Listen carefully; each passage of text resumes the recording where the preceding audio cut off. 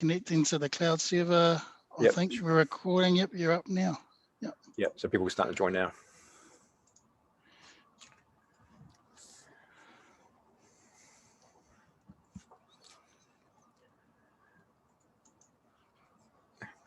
Welcome everybody, kia ora. We'll just wait for a few people to join us and then we'll get underway.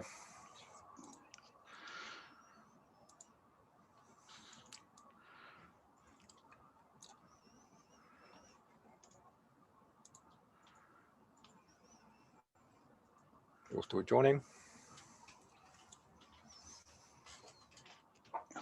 All right, we'll get underway. Kia ora, tēnā koutou, nai mai, haere mai, ko pirapi ordra jaho, ko timu whakahara yo hazens aho, tēnā koutou, tēnā koutou, tēnā koutou katoa. So welcome everybody to this interesting session with Vance Walker. So great to have you here, Vance. So Vance is one of our Poutama scholarship recipients, and he's been doing a PhD in how to use Maori cultural values and improving the perception of risks in workplaces. So everybody's interested in this one, right, Vance? So over to you, and I look forward to an interesting discussion. Just before we start, sorry, just a bit of background information. So everybody is on mute and video's off. And so if you look at the bottom of your screen, it's a Q&A function. So if you've got any questions throughout the talk and at the end, please put your questions in there. We'll endeavour to answer them all. So over to you, Vance. Kia ora tātou nā mihi, te rangatira o Philip mō te whānau whānui o Hazens. Ko Vance Walker awau, no nā Tūpato, taku mahi mō haumaru ki waka kotahi, mō te tau ira mō te whare wānanga o Awanuiarangi, taku mahi mō te kairangi tohu. So my name's Vance Walker. I work currently with NZTA, but I'm also a Poutama scholarship recipient, and I study at Te Whare Wānanga o Awanuiarangi. We're just going to try to share my screen. We had some trouble before, so hopefully we can. Oh no, we could be right.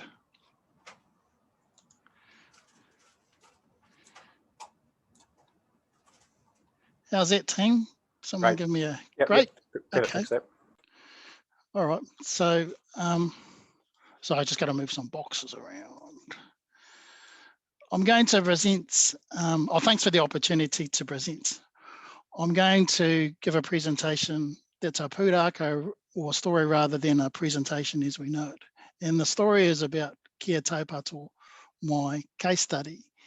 That's a component of my PhD that's partly funded by Hazens, in particular the scholarship money I received through the Poutama scholarship. So I'm giving back to my industry and to my funding. I'm going to talk about how kia taupato came about and how it operates as a model and what it may mean for you as practitioners. There's 3 takeaways that I include in this pūrākau or story, and I'll cover those off later. And the simple outcome that I'm hoping to achieve with you during this presentation is just to raise your curiosity about things Māori, not to enable you to do things in terms of engaging better with Māori, but just to raise your curiosity about things Māori. 14 slides, hopefully between 20 and 30 minutes. I'll know when to speed it up and slow it down, followed by a Q&A session. Again, I think the chat function allows us to gauge the questions as the presentation unfolds. So let's start with the scaffolder. So I met the scaffolder when I was a WorkSafe inspector. He was a Māori male in his mid-40s. He had a reputation of being safety conscious, but not too fixated on any of the rules or systems that we usually associate with health and safety systems.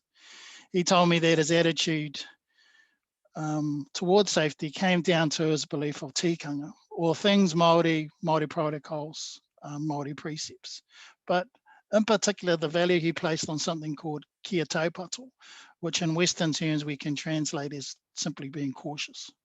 So he wanted to be cautious, and his value of being cautious came down to his faith or belief in tikanga Māori. If the rules weren't there, he'd simply behave safely because tikanga obliged him to behaving safely. In his words, kia taupato is about who we are and why would I change that for anyone? Over the years, I had similar discussions with other workers, Māori and some other cultures as well. So my first takeaway is tikanga trumps compliance. So in the case of the scaffold and some of the other workers I've met, they would always be obliged to behaving healthier and safer because their cultural beliefs oblige them to do so.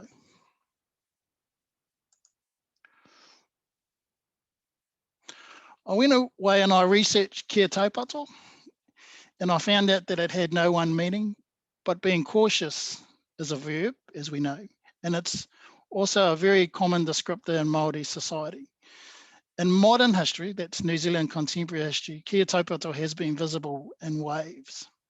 So looking at the slide at the moment, in the 1900s, settler families would use the term kia taupato quite easily, a bit like sometimes you hear people say it's pakaru or amhoha. They use Māori words quite easy. So kia taupato was one of those terms, and it meant be cautious, and it became quite prevalent during the First World War.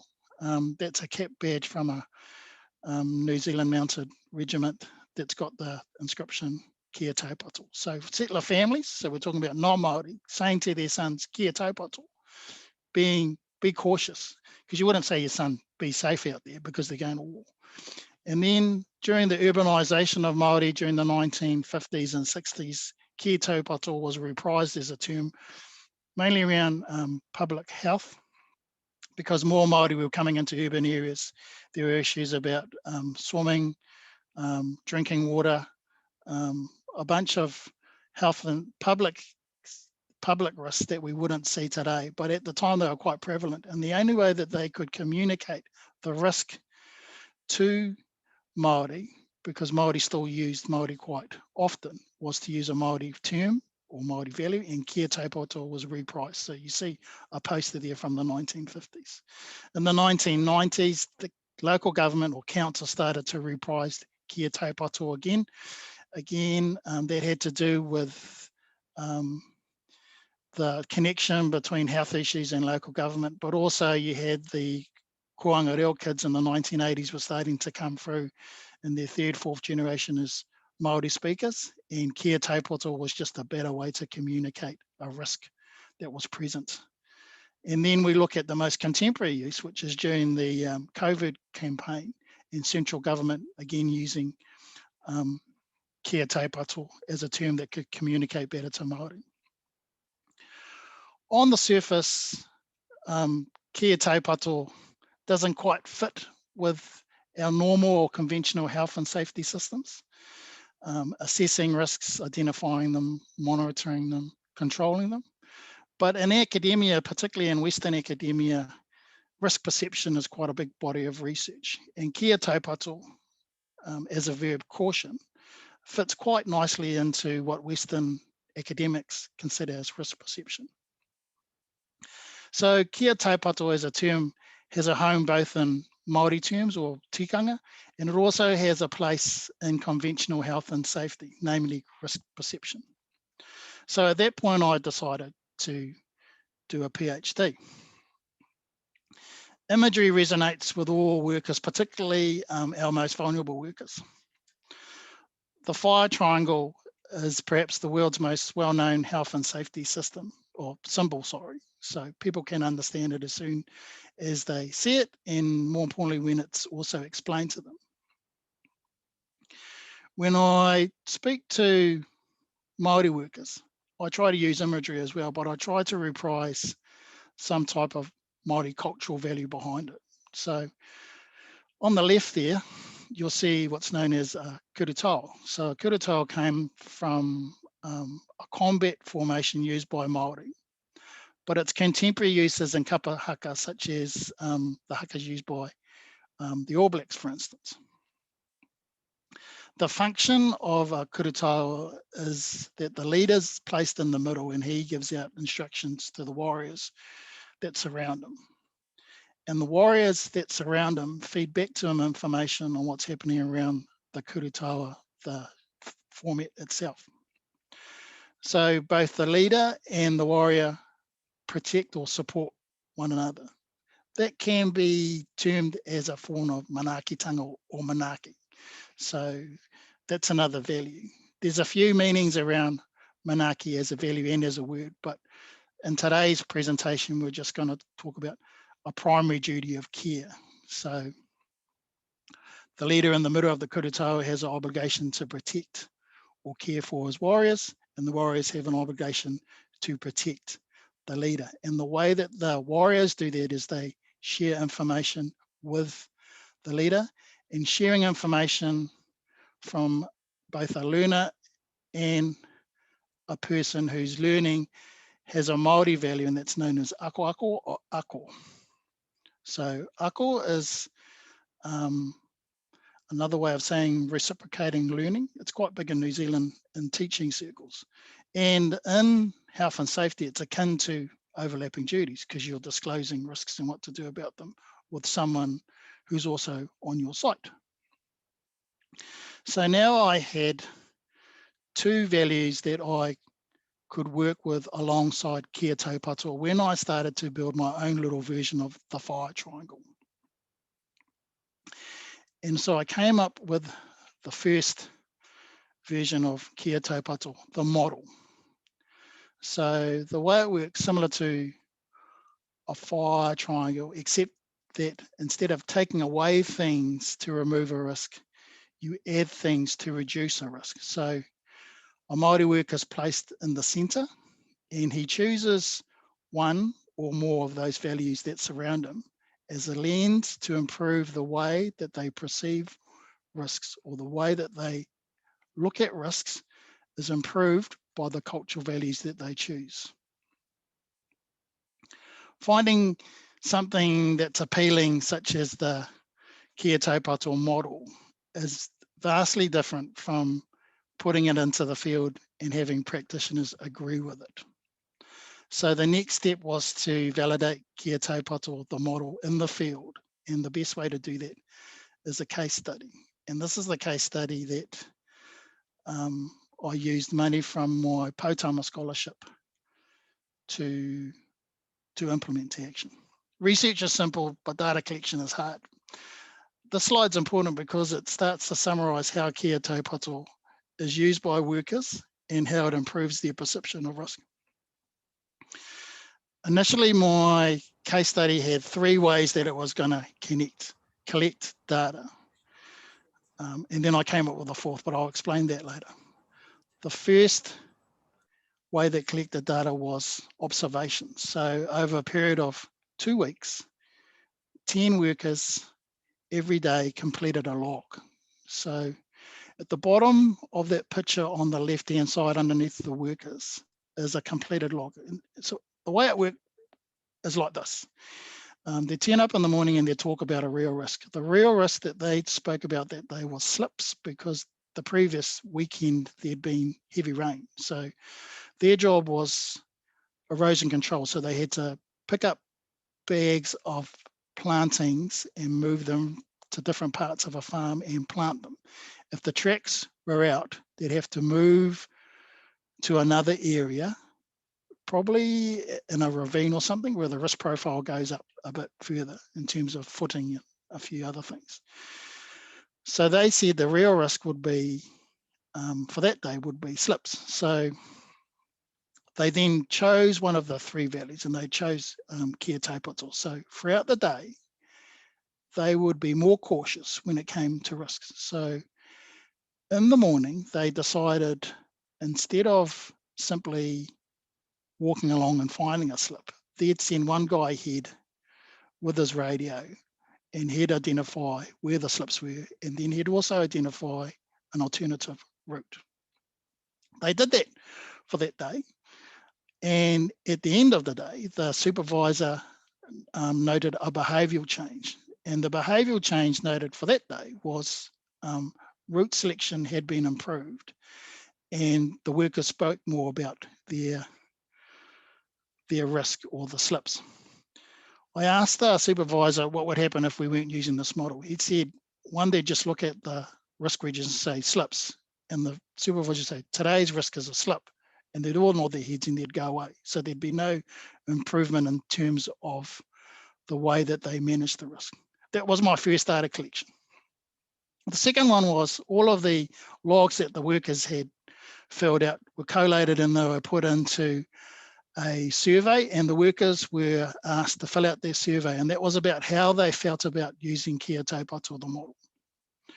The third collection was interviews with experts about the findings that I had so far collated from the observations and the worker surveys. Those experts came from Māori academics, Māori business practitioners, both Māori and non-Māori, female and male.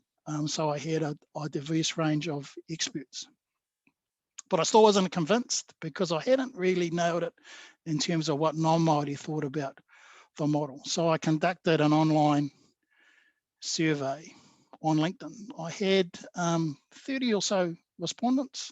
50% of them had over 10 years plus experience, so they were quite a seasoned practitioner base. 70% were non-Māori.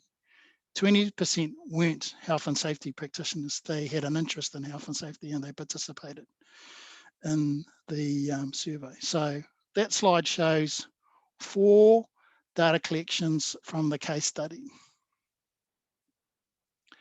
These are the findings categorized by each of the data collection methods. The workers were observed with a greater situational awareness, a greater awareness of the controls and the use of controls, and they talked more. The experts, the worker survey told me, so the workers were telling me that health and safety was more lucid to them.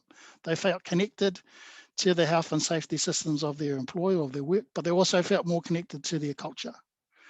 They were more cognizant about the welfare of their co-workers, and they felt prouder about being Māori workers, and they felt prouder about being using their culture, their Māori culture. Not recorded in the research was what happened at home. So after using the model, they felt a lot prouder about being Māori and about using things Māori, and they went home and the discussions changed at home in terms of them feeling better about the way they worked and what they did and how they used their culture. And the feedback we got back from some of the whānau was that the model had a spin-off effect in terms of the well-being of the whānau. The experts gave me a mixed response. One, they thought that the model had holistic potential, so not only about perception of risk, but the management of risk and the welfare or well-being of whānau. But they had 2, I'd say you call it negative results. One was that the model had a novelty effect to it. So it was a new model. It was bright and shiny. It had only been used for 2 weeks. So workers would find it really interesting to the point that it'd probably be more of a novelty for them. So the model had to be extended to be proved that it had more sustainability built into it. They thought that a practitioner who wanted to deliver the model would have to become more culturally competent or attain more cultural things so they could deliver the model. We'll talk about that later. The online survey gave me thumbs up on a number of fronts, the way that the model worked, the way that it looked, the way that it was structured, the way that it was being delivered. They thought, however, in order for them to use it, they needed real examples in the field, and that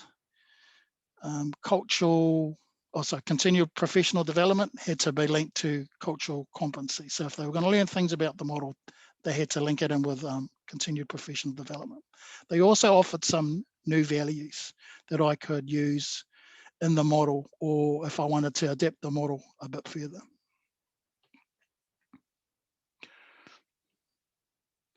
Those models are here. Those new values are here. So we've taken out Kia Tūpato and ako and replaced it with tika, which is a Māori term, but also a value in terms of reality. What's really happening around me as a worker, and what do I have to do?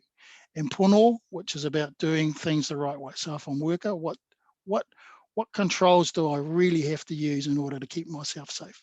Manaaki stayed. I had a play around with some friends as well. So the first model you see after the reversion of Kia Tūpato is for Filipino workers.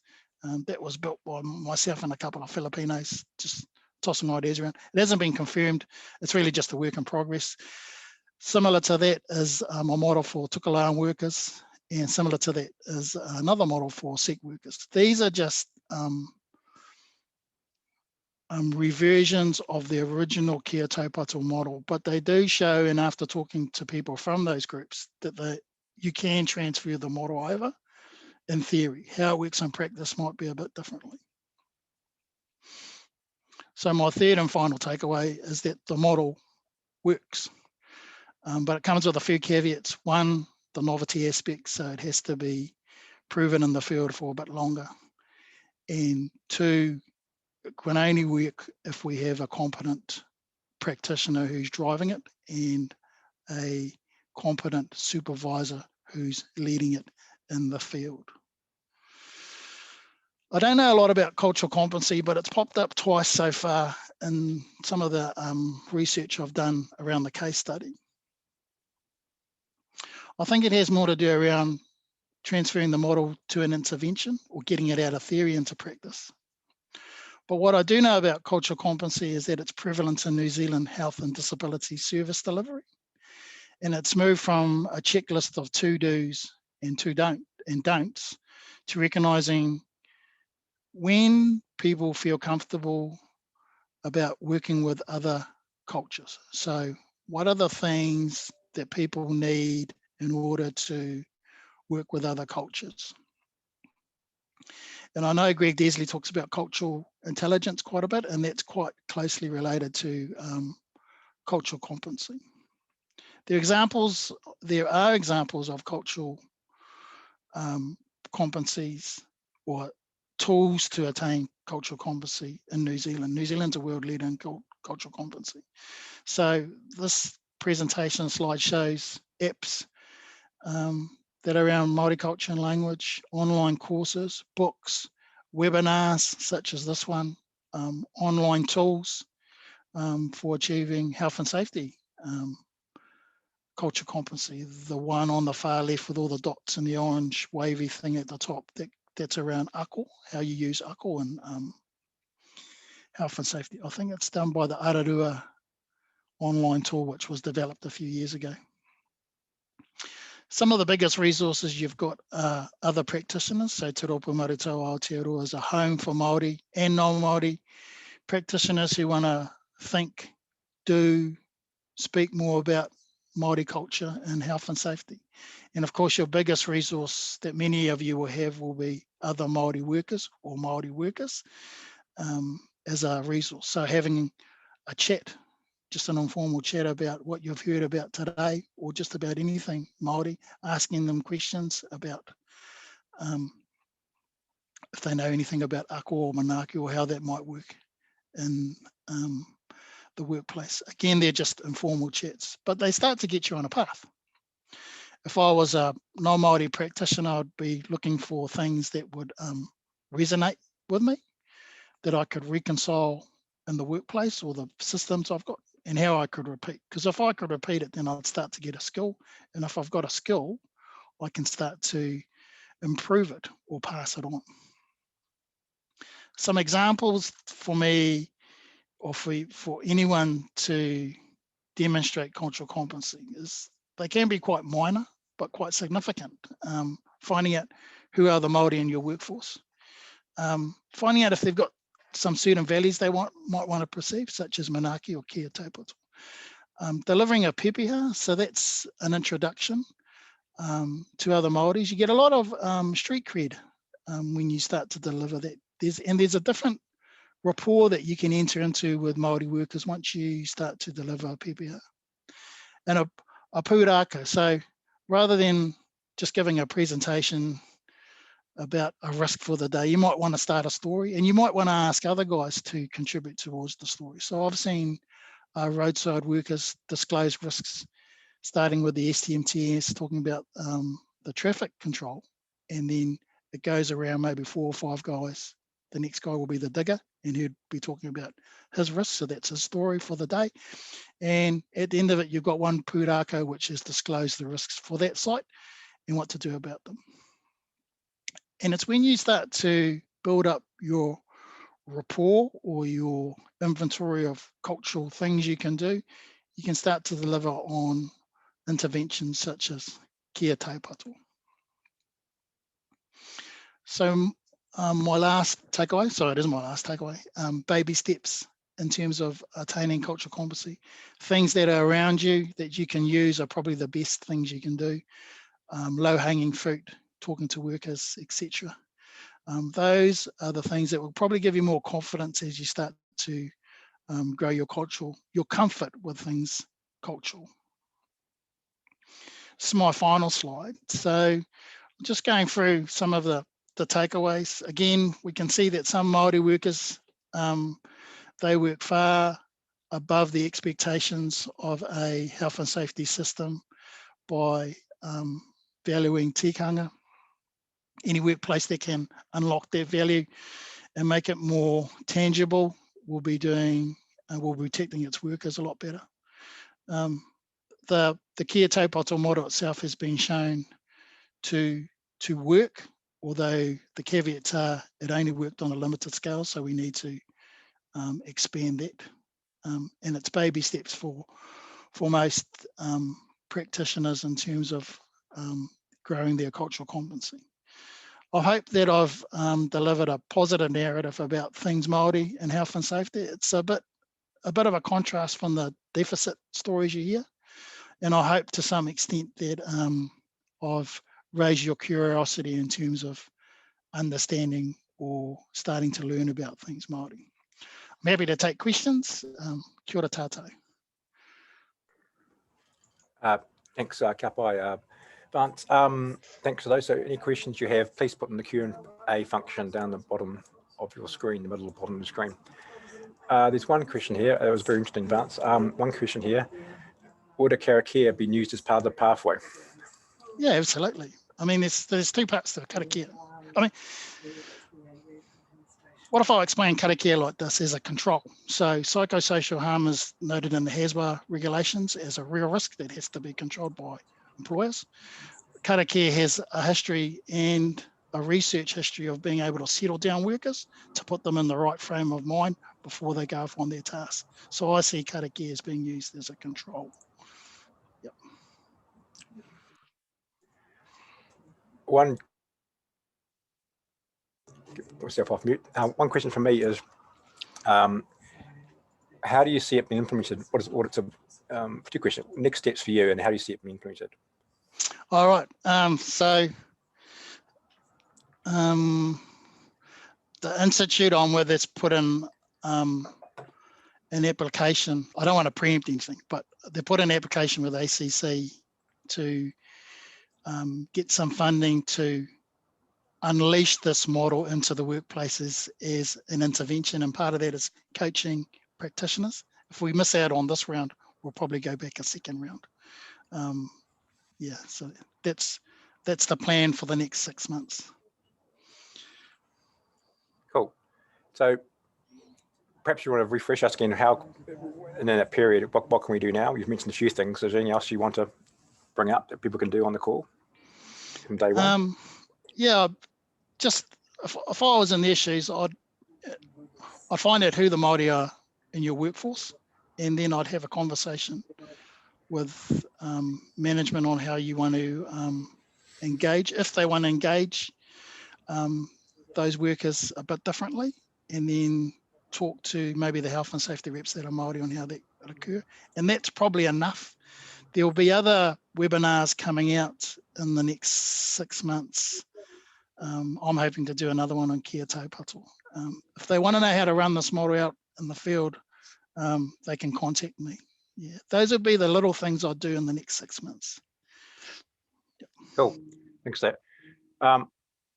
So one question is, how does cultural safety sit in this, where people feel in general that they are unable to raise issues as they feel culturally unsafe? Yeah. So I'm not expert on cultural safety. What I can make out in some of the literature is about, it's not about cultural safety, it's about cultural unsafety, if that makes sense. So what are the things I need to avoid in order to not offend anyone and to keep myself safe? I suspect that that came out in health and disability services as a bit of a knee-jerk reaction for things that were going wrong. I'm probably of the view that there's a positive narrative. So cultural safety to me is less important for health and safety practitioners. What's more important is achieving cultural competency, if that makes sense. So we can either focus on the deficits or the problems, or we can say cultural competency has some assets that I can use to improve the health and safety of my workplace, and one of them will be little things, PPR, karakia. Yeah.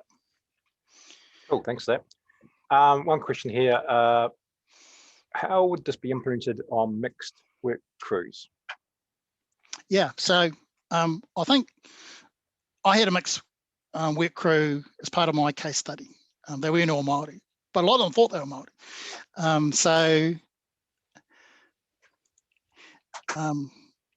Kia taupato, the model itself, the triangle image, resonates and workers get it. Doesn't matter what culture they're from. Workers can put other values in there that might be pertinent to them. And when you start to connect with any cultures, when any workers' culture, you start to get runners on the board. So I wouldn't be too fixated on whether it's a Māori model, but a Māori model is a good way to start because most workers can affiliate with something Māori. So I always thought that Māori workers have a predisposition towards being cautious first rather than being safe. I think that also applies to other vulnerable workers from that segment of the socioeconomic layers in New Zealand, so to speak, because when you go around workplaces, you can see that those types of workers do cluster together and they have similar conversations. I don't know if I answered that question properly. I suppose the question is there any challenges around doing it in a mixed workplace? Yeah, there's a bunch of challenges. That's the way it is, though. I think the most important thing is to have a conversation with those workers to disclose those challenges. What will be that? So if you don't want to work with this cultural value, what is the cultural value you want to work with, and start to have those conversations. Then when you start to identify those problems or those choke points, then you can start to develop your own model or your own conversation. I don't see many problems myself that have got to do with people working with one another. I think it's got to do with employers wanting to put these values out properly in their health and safety systems. I hope that answers the question. Thanks for that.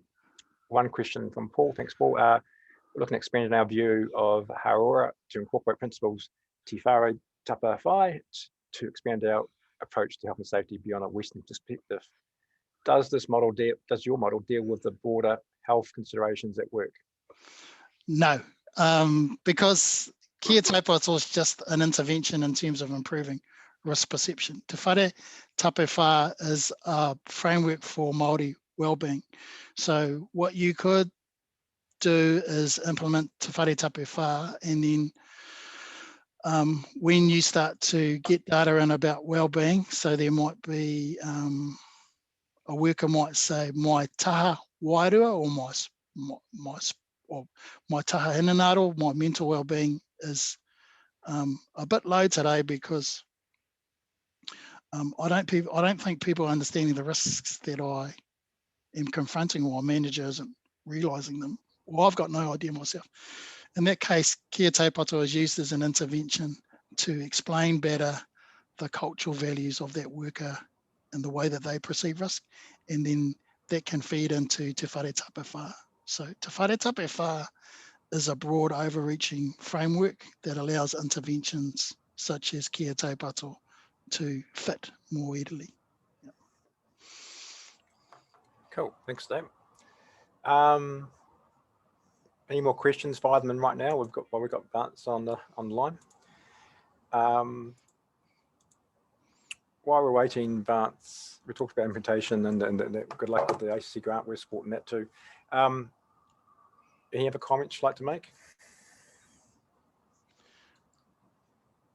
I'm just looking at a few texts I'm getting. So, kia taupato can be pronounced kia taupato, but I'm just pronouncing it differently, I suppose, because I know there's a few Māori colleagues online today.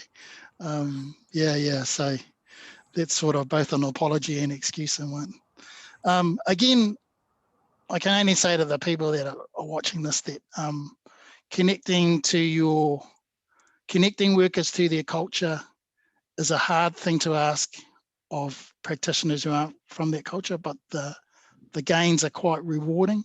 And the more we do of this type of work, the more interventions that will start to come out, and those will line up, and they should line up with the practices that you are doing with those health and safety systems out there. So it's all encouraging from my end. Yeah, so thanks again for those who have attended, and some of the questions, they weren't too hard. I think there's another question there. Another question popped up from Mohi. Oh, yeah. Perhaps you want to read that out to us. Was a triangle a way to portray your kōrero around kia taupato space, because the triangle is one of the strongest shapes around? Oh, it's you, Mohi. No. So I came across the triangle because there was a bunch of health and safety research done by the health and safety executive in the UK that talked about the rule of threes. So workers respond well to health and safety messages that involve threes. So 3 lines, 3 catchphrases. And then from there, I looked at what was the most easily used and most visible health and safety symbol in the world, and I concluded that it was the fire triangle. And from there, I found how the fire triangle aligned with a kurutawa, and from there I started to build kia taupato, the model.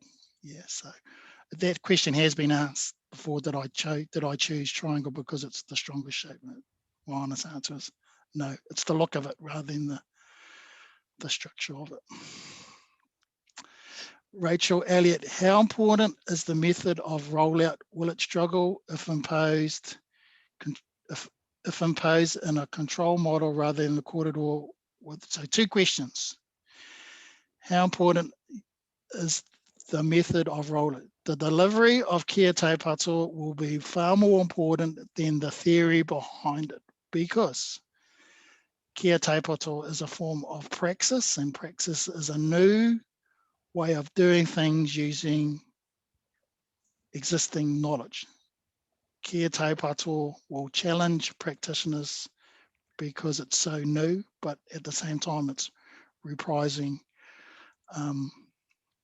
mātauranga o Māori knowledge. So yes, the method of rollout is far more important than the theory behind it. So that's why you've got to look at social marketing techniques. We have to enable the practitioner workforce to understand it and to be comfortable with it and to change it when they need to, so they can deliver it. Ultimately, the simplicity of the model is also its Achilles heel. It's so simple to deliver, but it's also so simple it doesn't have to be delivered by people who don't believe in it. Will it struggle if it is imposed in a control model rather than corridor? All types of health and safety interventions struggle when they're in control model. That's why I've sort of couched it to give it credibility in Western health and safety thinking. So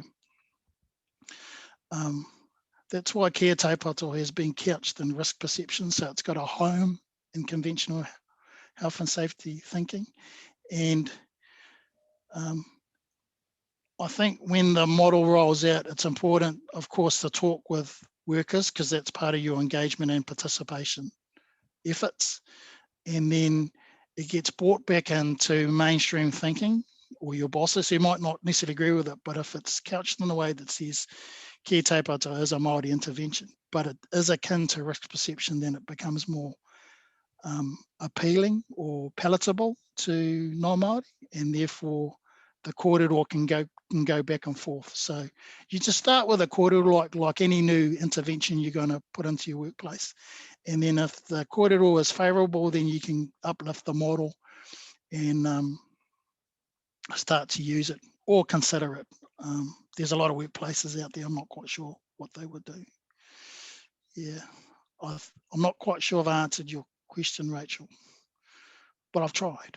Yeah. We have a few questions. There's one more. Oh, she did.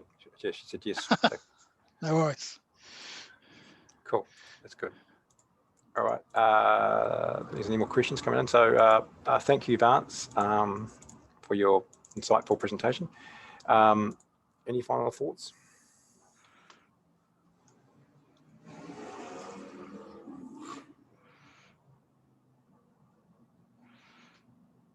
Vance, you there? Yep. Any final from thoughts? me. Yeah, any summary thoughts or wrap-up thoughts? Sorry. No, I'm just getting the tenure, some of the questions. When's it coming and what do I have to do? So when is Kia Tūpato coming as an intervention? I'm not sure. If ACC fund it, it'll come sooner. If ACC don't fund it, it'll just be out there ready for people to uplift. We'll probably put it online or something. And I'd be looking for maybe ISM to pick it up as a form of continued professional development. We can work with them on it. So yeah, that's probably my closing comments. It's coming, but I don't know when. Cool. Yeah. I appreciate your honesty. I think there's moves underway to look at bicultural competency and things. So this could be quite a good model to use or be part of that model. Yeah, it's all good stuff. Yeah. Cool. All right. Thank you for that, Vance, and thank you everyone to join the call today. Ngā mihi, and have a great day. Kia ora. Kia ora. Kia ora.